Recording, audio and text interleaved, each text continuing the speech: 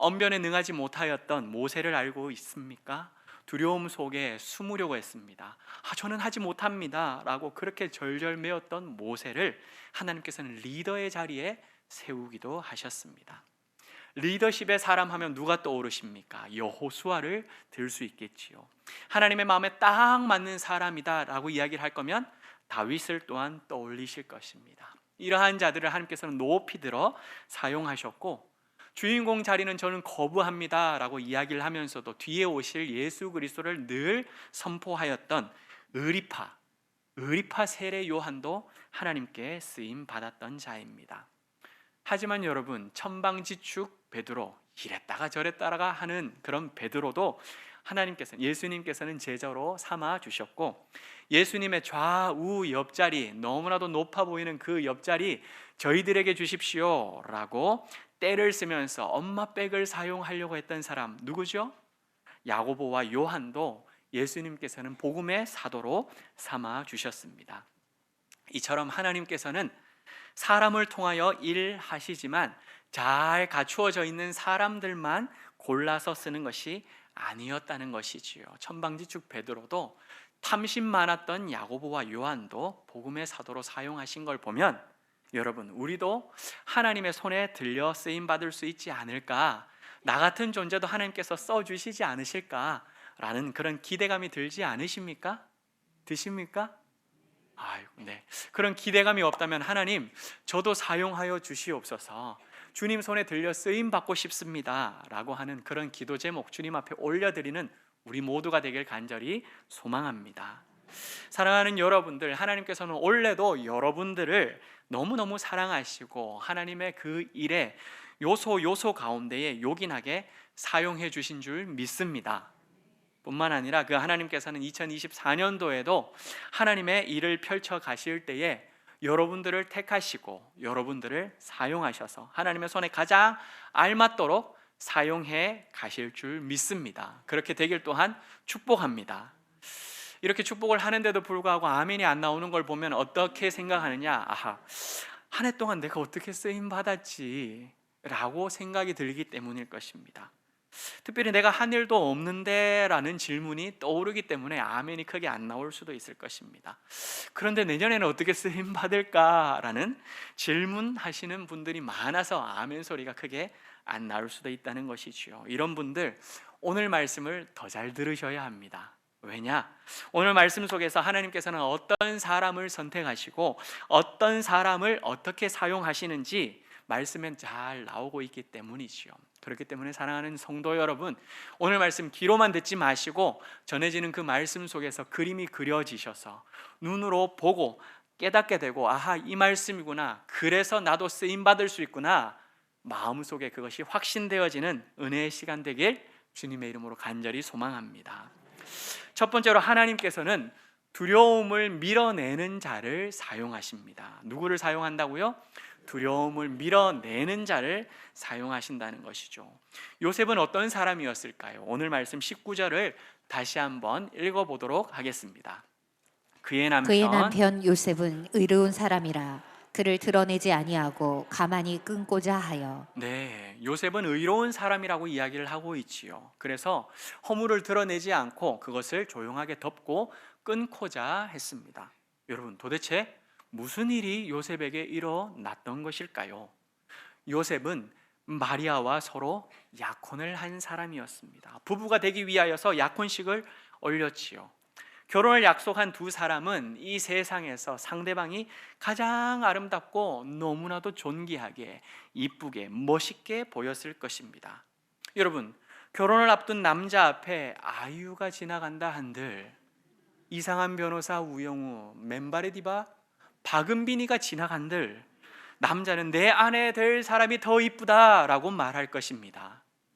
왜 가만히 계세요, 우리 남자분들? 반대로 결혼을 앞두고 있는 여자 앞에 임영웅이나 박보검이 찾아온다 할지라도 여자들은 내 남편 될 사람이 더 멋지다고 고백할 것입니다. 아멘. 아멘이 나오잖아요, 우리 남자분들. 그렇지 아니하더라도 그렇게 해주시길 부탁드립니다. 왜 그럴까요? 왜 그럴까요? 콩깍지가 씌었기 때문이지요. 사랑의 힘은 연예인들조차도 쭈꾸미로 만들어 버릴 만큼 내 사람이 더 멋지고 내 사람이 더 사랑스럽고 이쁘다고 할 수 있도록 강력하다는 것입니다. 그런데 여러분, 이렇게 내가 사랑하는 사람, 이렇게 내가 아끼는 사람, 그리고 결혼까지 약속한 사람에게 배신을 당한다라고 한다면 여러분들은 어떤 마음이 드실 것 같으세요? 그렇게 사랑했는데, 그렇게 아꼈는데, 나에게 있어서는 없어서 안 될 존재였는데 라고 생각하며 그 사람만을 바라보고 있었는데 배신을 당한다면 어떻게 될 거라는 질문인 것입니다. 어떤 사람들은 내가 사랑해 주었던 그만큼 배신감도 그렇게 크게 느낄 수 있을 것입니다. 아니, 그 이상의 분노와 증오가 차오를 수도 있겠지요. 어떤 이들은 상심이 너무 커서 허무함의 동굴에 빠져들어가서 거기서 빠져나오지 못하고 평생을 허우적거리면서 그렇게 살아가는 분들, 허탈하게 하루하루를 지내는 분들도 있을 것입니다. 제가 아는 분 중에서도 그런 분이 있습니다. 그런데 지금 요셉의 형편이 딱 그러할 상황이라는 것이지요. 당시 약혼을 했다는 말은 여러분 어떤 뜻이냐? 단순히 남자와 여자가 만나서 결혼하겠다라고 그렇게 응석 뿌린다고 되는 것이 아닙니다. 둘만의 결정이 아니라는 것이지요. 양가의 어른들, 집안과 집안이 결정을 하고 난 다음에 1년이라는 시간 동안 정결하게 시간을 보내면서 결혼의 모든 필요한 것들을 준비해 가는 시간이 바로 약혼과 결혼의 1년이라는 시간입니다. 그렇게 지내는 그 1년의 시간은 너무나도 설렙니다. 하루하루 365일에서 하루씩 하루씩 날짜를 지워가는 그날이 너무나도 행복했던 것이지요. 그렇게 약혼식을 올리고 결혼날을 학수고대하고 있는데 여러분, 날벼락 같은 소식이 들려옵니다. 18절 말씀인데요, 마리아가 요셉과 약혼하고 동거하기 전에 잉태된 것이 나타났던 것입니다. 아멘인가요? 이야, 이야기를 듣는데 오메 이거 어쨌을까? 이거 어쨌을까입니다. 결혼 전에 여러분 두 사람 사이에서 임신한 것도 큰일이지요. 결혼하기 전에 임신해서 배가 올라오게 되면은 빨리 결혼식 날짜라도 5월 잡았던 거 3월로 땡기면 되고 1월로 땡기면 돼서 그렇게라도 어떻게 하면 되겠는데 서로가 지금 내외하지 않은 상황이에요. 그러한 상황 가운데 누가 임신했다고요? 마리아가 임신을 한 것입니다. 이것은 단순히 요셉과 마리아 둘 사이의 문제가 아닙니다. 부모님과 집안, 친척과 친구들까지 연결되어 있습니다. 왜냐? 그들이 바로 이 약혼과 결혼을 보증해주는 사람, 도장 찍어주는 사람들이거든요. 이 일을 해결하기 위해서는 그들뿐만 아니라 사람의 목숨도 왔다 갔다 할 수 있는 심각한 일이었습니다. 왜요? 혼의 관계에서 부정을 저지르면 그냥 단순히 파혼하고 끝나는 것이 아니라 돌로 쳐 죽이는 율법적 관례가 그들에게 있었기 때문이지요. 그렇기 때문에 그냥 사람의 눈으로 보았을 때는 아멘이 나올 수 없고, 아멘한 것은 성령으로 잉태되었다는 것 때문에 아멘한 것이라고 생각합니다. 네. 그렇지만 단순히 사람의 눈으로 한번 보십시오. 오메 이거 어쨌을까? 하는 말만 나올 수밖에 없다는 사실이지요. 이 임신한 사실을 알게 된 요셉은 여러분 마음이 어땠을까요? 한숨이 푹 나올 것입니다. 왜 하필 나에게 이런 일이 생겼을까? 원망하는 마음이 찾아왔을 것이고요. 마리아에 대한 배신감, 내가 그렇게 사랑했는데, 내가 그렇게 아꼈는데 이게 무슨 일인가? 라고 하는 배신감이 치밀어 오를 수 있습니다. 이 문제를 어떻게 해결해야 할 것인지 요셉은 답을 찾지도 못한 채 근심하면서 잠을 이루지 못하고 이리 뒤척 저리 뒤척 하루하루가 모래알 씹는 것처럼 너무나도 괴롭고 힘들었을 수 있습니다. 그런데 요셉은 여러분 어떤 사람이라고 했습니까? 그는 의로운 사람이다 라고 이야기를 했지요. 여러분, 의로운 사람이다 라고 하는 단어를 해석해 보면 구약에 나타난 하나님의 율법의 말씀을 하나씩 잘 지키면서 그 말씀을 따라 경건하게 살아가는 사람이라는 그 뜻이 있습니다. 부정한 것을 용납하지 않는 아주 고든 성격의 소유자라고 하는 말이지요.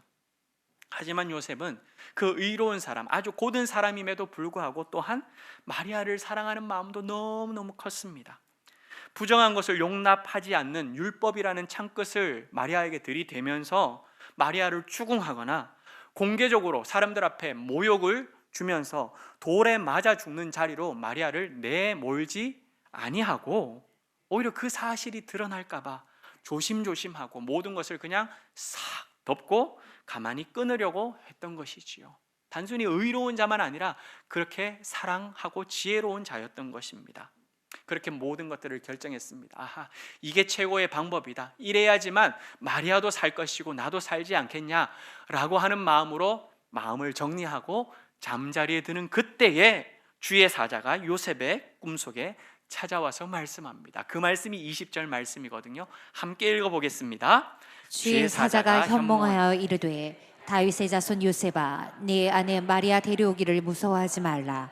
그에게 잉태된 자는 성령으로 된 것이라. 아멘. 주의 사자가 나타나 하는 말씀이 뭐라고요? 마리아 데려오기를 뭐 하지 말라? 무서워하지 말라. 그에게 잉태된 자는 성령으로 된 것이다. 걱정하지 말라라고 알려줍니다.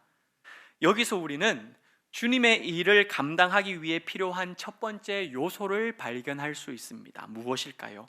두려움을 물리쳐야 한다는 것입니다.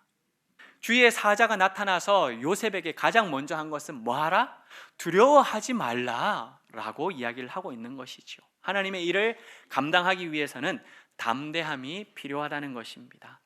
대부분의 사람들을 한번 생각해 보십시다. 나도 한번 생각해 보십시오. 여러분들, 내가 안 해본 일을 하게 되면 두려움이 덜컥 내 앞에 서게 되지요. 그럴 때 어떻게 됩니까? 이야, 큰일 났다, 큰일 났다. 내가 안 해본 일인데, 내가 겪어보지 않은 일인데 이거 나 할 수 있을까? 라는 생각부터 들지 않겠습니까? 야, 이거 나 감당할 수 없을 것 같은데 어떡하지? 라는 생각이 들지 않겠습니까? 그리고 야, 결과가 내 앞에 다가왔었을 때 이거 나 감당할 수 없을 건데 라는 두려움에 1단계, 2단계, 3단계 점점 더 내 마음을 옥죄어오는 것을 경험하는 것, 이것이 우리 일반적인 사실입니다. 두려움은 그 일을 방해하려는 존재가 주는 마음이 두려움입니다.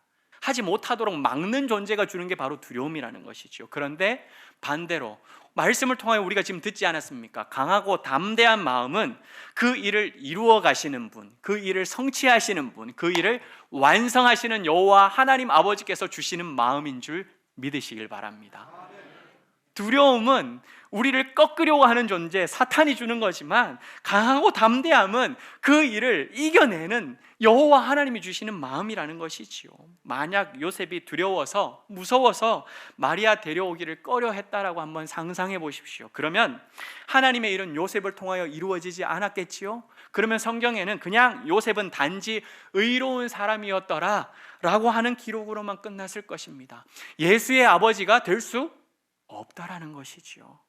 사랑하는 여러분, 하나님의 일을 이루기 위하여서는 첫 번째로 두려움을 걷어차고 강하고 담대해야만 한다는 것입니다. 한번 따라하겠습니다. 하나님, 지금까지도 강하고 담대했지만 앞으로는 더욱 강하고, 앞으로는 더욱 강하고 더욱 담대하게 하옵소서. 아멘. 사랑하는 여러분, 지금까지도 여러분들 강하고 담대하셨지만 앞으로는 주님의 말씀으로 인하여서 하나님이 나와 함께 하심으로 말미암아 여러분들 더욱 강하고 더욱 담대한 믿음의 사람들 되시기를 주님의 이름으로 간절히 축복합니다. 아멘. 두 번째로 주님의 일을 감당하기 위해서는 하나님을 신뢰해야 합니다. 하나님을 믿어야 한다는 것이죠. 한번 따라하겠습니다. 하나님을 신뢰해야 합니다. 네, 하나님께서는 두려워하지 말고 겁내지 말라 말로만 위로하시는 분이 아닙니다. 입만 살아계신 분이 아니라는 것이지요.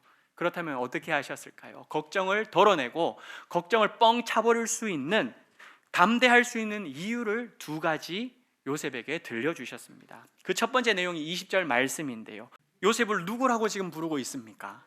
다윗의 자손 요셉이라고 부르고 있습니다. 이스라엘 백성들은 메시아가 누구 자손으로 태어날 것이다 라고 알고 있었을까요? 어떻게 그렇게 잘 알고 계세요? 맞아요. 다윗의 자손 중에 태어날 것이다라고 믿고 있었습니다. 왜 그런가? 사무엘하 7장 말씀에 이렇게 하나님께서 예언해 주셨기 때문입니다. 함께 읽어보겠습니다. 여호와가 또 내게 이르노니 여호와가 너를 위하여 집을 짓고 내 수완이 차서 내 조상들과 함께 누울 때에 내가 네 몸에서 날 네 씨를 네 뒤에 세워 그의 나라를 견고하게 하리라. 그는 내 이름을 위하여 집을 건축할 것이요 나는 그의 나라 왕위를 영원히 견고하게 하리라. 내 집과 내 나라가 내 앞에서 영원히 보존되고 내 왕위가 영원히 견고하리라 하셨다 하라. 아멘. 여러분, 하나님께서는 선지자를 통하여서 다윗에게 이렇게 예언의 말씀을 주셨던 것입니다. 그렇기 때문에 이스라엘 백성들은 실제로 이 말씀을 믿고 살았기 때문에 마태복음 21장 9절 말씀을 보시면 다윗의 후손이라는 말을 메시아의 말과 동일하게 사용하고 있습니다. 그래서 다윗의 후손 예수 그리스도를 메시아로 여기면서 어떻게 찬양하지요? 호산나 호산나, 다윗의 자손 예수여, 이 땅에 오실 메시아다라고 그렇게 찬송을 했던 것입니다. 여러분, 이 말씀들을 보면서 요셉이 두려움을 던져버리고 강하고 담대할 수 있었던 첫 번째 이유가 여기에 있습니다. 메시아가 다윗의 자손으로 태어난다라는 것이고 요셉이 바로 그 다윗의 혈통이라는 것이지요. 메시아가 다윗의 후손으로 혈통 중에 나게 될 것인데 내가 바로 다윗의 혈통이라는 사실, 이것을 첫 번째로 깨닫게 된 것입니다. 하나님의 사자는 요셉이 다윗의 자손이라는 정체성을 깨닫게 해주심으로 말미암아 아하, 이게 그냥 지나가는 말이 아니구나, 나를 통하여 하나님의 뜻이 이루어질 수 있구나 라고 하는 것을 살짝 깨닫게 된 것입니다. 마지막으로 주님의 일을 감당하기 위해서 순종해야 합니다. 어디에서 그것을 알 수 있을까요? 24절, 25절 말씀에서 알 수 있습니다. 함께 읽어보겠습니다. 요셉이 잠에서 깨어 일어나 주의 사자의 분부대로 행하여 그의 아내를 데려왔으나 아들을 낳기까지 동침하지 아니하더니 나음에 이름을 예수라 하라. 여러분, 믿는다, 저 사람 믿었다라고 하는 말을 어디에서 확인할 수 있는 줄 아십니까? 순종하는 모습에서 알 수 있습니다. 듣고 난 다음에 아멘 했어요.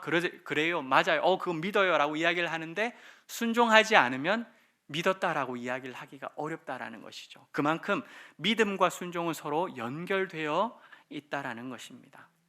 자신의 정체성이 다윗의 혈통이라는 사실을 깨닫고 처녀의 몸에서 아들이 태어날 것이다라는 약속의 말씀에 눈이 번쩍였다 할지라도 여러분, 그 말씀 그대로 믿고 순종하는 자리에 나아가는 것은 쉬운 일이 아닙니다. 만만치 않은 일입니다. 여러분, 한번 잘 생각해 보십시오. 하나님께서 두려워하지 말라고 말씀하셨지만 실제적으로 살아가야 하는 존재, 이 세상의 눈총과 손가락질을 다 당하면서 견뎌내야 할 사람은 누구입니까? 요셉이지 않습니까? 우리도 어떻습니까? 주일날 와서 말씀을 들어요. 수요일날 와서, 금요일날 와서 말씀을 듣고 울부짖으며 눈물하고 기도를 하나님께 올려드립니다. 그때는 마음이 강하고 담대하게 되지요. 막상 나아가서 세상 앞에서 또다시 부딪혀요. 또다시 휩쓸려 다녀요. 그러면 어떤 생각 드십니까? 걱정과 두려움이 앞섭니다. 왜요? 현실적으로, 실제적으로 이 세상에서 견뎌내야 할 사람은 바로 우리 자신들이기 때문이지요. 마찬가지예요. 세상에 눈총을 당하고 손가락질을 당하는 그 일을 겪어내야 하는 것은 요셉이었기 때문에 만만치 않은 일이라는 것입니다. 부정한 여인이라고 돌팔매질을 당할 법한 아내 마리아를 지켜내는 것은 누가 해야 할 일입니까? 그것도 요셉이 해야 될 일입니다.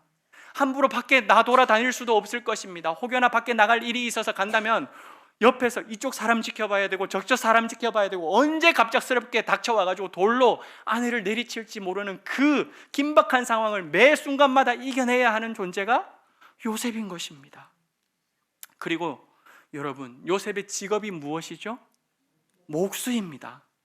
다윗 왕의 후손에서 태어날 메시아를 한번 생각해 보십시오. 다윗 왕의 후손이기 때문에 어디에서 태어나는 것이 이스라엘 백성들 눈에 보기에 합당한 것처럼 보입니까? 왕궁에서 태어나는 것을 기대하고 있습니다. 적어도 귀족 중에 귀족 집안에 태어나야 메시아다라고 이들은 생각하고 있었다는 것입니다. 그런데 여러분, 보잘것없는 목수 요셉의 아들로 태어날 것이다 라고 하는 것도 사람들이 받아들이기가 너무나도 어려운 일이었다는 것이지요. 내가 다윗의 자손이고 아내 마리아가 처녀의 몸에서 임신했기 때문에 그 아들이 메시아다라고 동네방네를 돌아다니면서 이야기를 하면 여러분, 사람들이 어떻게 쳐다볼까요? 그렇게 빨리 대답을 알고 계십니까? 여러분, 제가 다윗의 혈통입니다, 제가 다윗의 자손입니다 뿐만 아니라 제 아내는 저와 서로 내외를 하지도 않았습니다. 그런데도 불구하고 임신을 했습니다. 그렇기 때문에 태어날 그 아이가 바로 예수님입니다, 메시아입니다 라고 동네방네 돌아다니면서 지금 이야기를 해보십시오. 그러면 전부 다 이야기할 겁니다. 저 부부가 쌍으로 미쳤다. 당연하지요. 여러분, 생각해 보시면 알 것 아닙니까? 2000년 전 동일한 상황이라는 것입니다. 뿐만 아니라 이단이라고까지도 이야기를 하겠지요. 지금 상황에서는 요셉은 이렇게 골치 아픈 일들을 다 감당하기가 너무나도 버거웠습니다.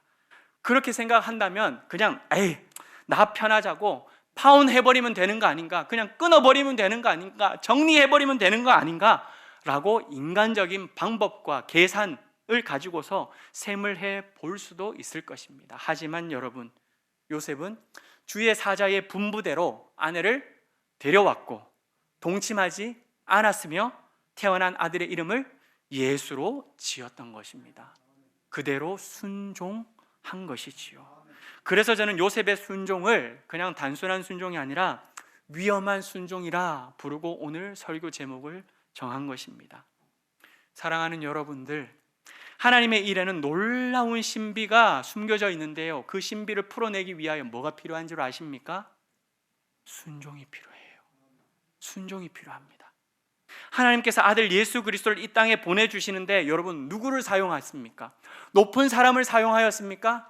유명한 사람을 사용하였습니까? 대단한 사람을 사용하였습니까? 아니에요. 순종하는 사람들 한 명 한 명을 통하여서 그들을 통로로 삼으셔서 하나님께서는 아들 예수 그리스도를 이 땅에 보내신 줄 믿습니다. 우리가 살아가는 이 시대도 마찬가지예요. 아무리 의로운 사람이라 할지라도 우리를 위협하고 가로막는 그 두려움 앞에서 담대하지 않으면, 강하고 담대하지 않으면 아무 일을 할 수가 없습니다. 하나님이라 일을 할 수가 없다라는 사실입니다. 아무리 뛰어난 사람이라 할지라도 믿음의 사람이 되지 않으면, 하나님의 약속의 말씀을 신뢰하고 붙들지 아니한다면 우리는 하나님의 손에 붙들려서 하나님의 일을 감당할 수가 없다는 것입니다. 주님 손에 쓰임 받을 수 없다는 것이지요.